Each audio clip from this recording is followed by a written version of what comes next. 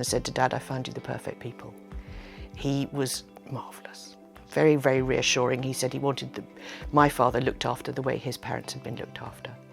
And it's been very easy since. I am David Seal. I'm coming up to 90. I had a slight stroke back in August, and since then I have rather deteriorated. I've been in hospital about 4 times, and I need full-time assistance in the house. I'm Sarah Whitaker. I'm David Seal's daughter. He lives next door to me.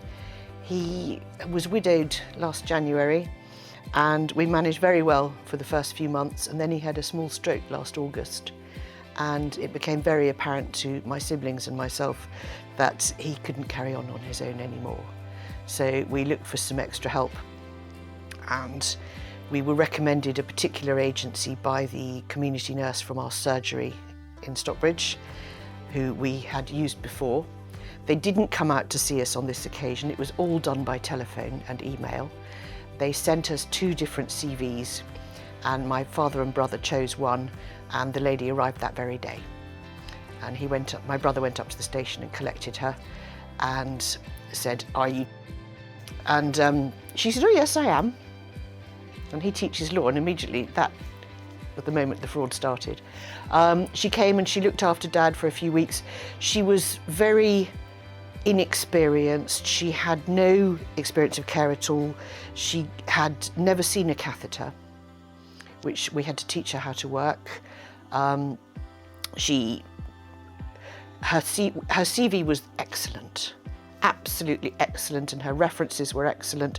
She was a wonderful cook, had her own car, long experience in the care industry, just what we were looking for. Somebody came to see us and we discussed what needs that I had, and they told us what it would cost and so on.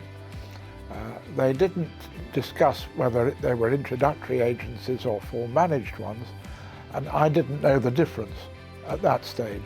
In fact, her cooking was most extraordinary, and a lot of my friends have laughed at this, because the system for cooking from where she came from was that you put some oil in a pan and then you put whatever you were going to cook in the pan.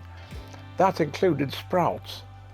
So we ended up with deep fried sprouts, which I have to say were rather like bullets. We asked for a driver. She can't cook. Absolutely essential that a good cook be here. And they kept on saying, "Oh, she's marvellous, she's wonderful, don't be silly." They did not believe me when I said she wasn't what we were expecting. And eventually I asked them to take her away. And it took a while for the message to get through to her, because the email address they were using was not the email address of the lady in the house. They just said that this person ought to be really good, judging by her CV, and we didn't know that it wasn't her CV. Very simple, they didn't believe me. I rang them, I emailed them saying, I'm not happy, she's not right. And they said, "Oh, no, she's absolutely marvellous." And they said that they'd spoken to her and that the reason she wasn't driving was a problem with her licence. It was partly because we took a photograph of this good lady who came to look after me, and she didn't appear to be the same as the photograph on the CV of the person who should have been here. We tried to explain this to the agency, and eventually they realised what had happened. The day after this woman left and our new lovely carer Anne arrived, the introductory agency came to visit my daughter and I, and we had a long conversation around the kitchen table, and they said, "We cannot understand why this has gone so badly wrong. We've come for a sort of post-mortem on this." And the more they described this wonderful lady, the more we said that's not who it was. And eventually my daughter produced the video of this woman and said, "Have you got a picture of her?" And the picture they had of the lady they thought they'd sent us was not the lady that we'd had.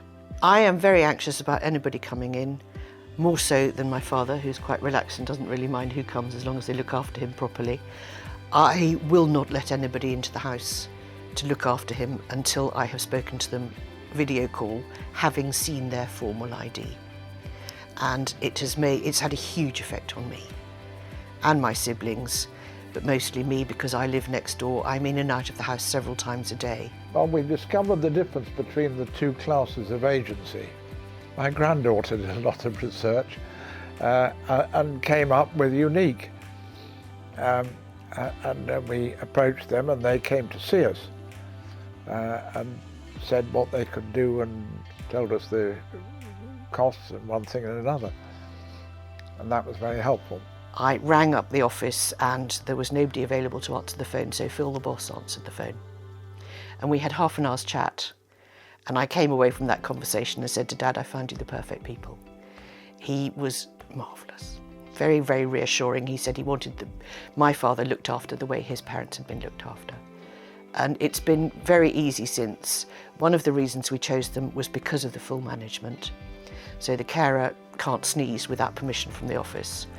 And Dad certainly can't have a plaster on without permission from the office.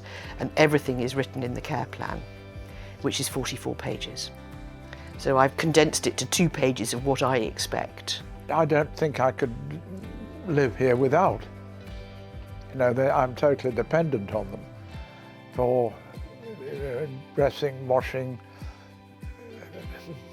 other functions, to say nothing of cooking and being a companion. They're so professional. They're not trying to inveigle themselves in as a family member. The 3 who've been really, really good have been excellent at just getting the right balance between being here and living with him, but not living with him, if you know what I mean. I've got a perfectly good house here and I want to maintain my independence, and that continues. We collectively, everybody's aim is to make Dad comfortable and happy and safe. It's all about him being comfortable and happy and safe. And best of all, well fed.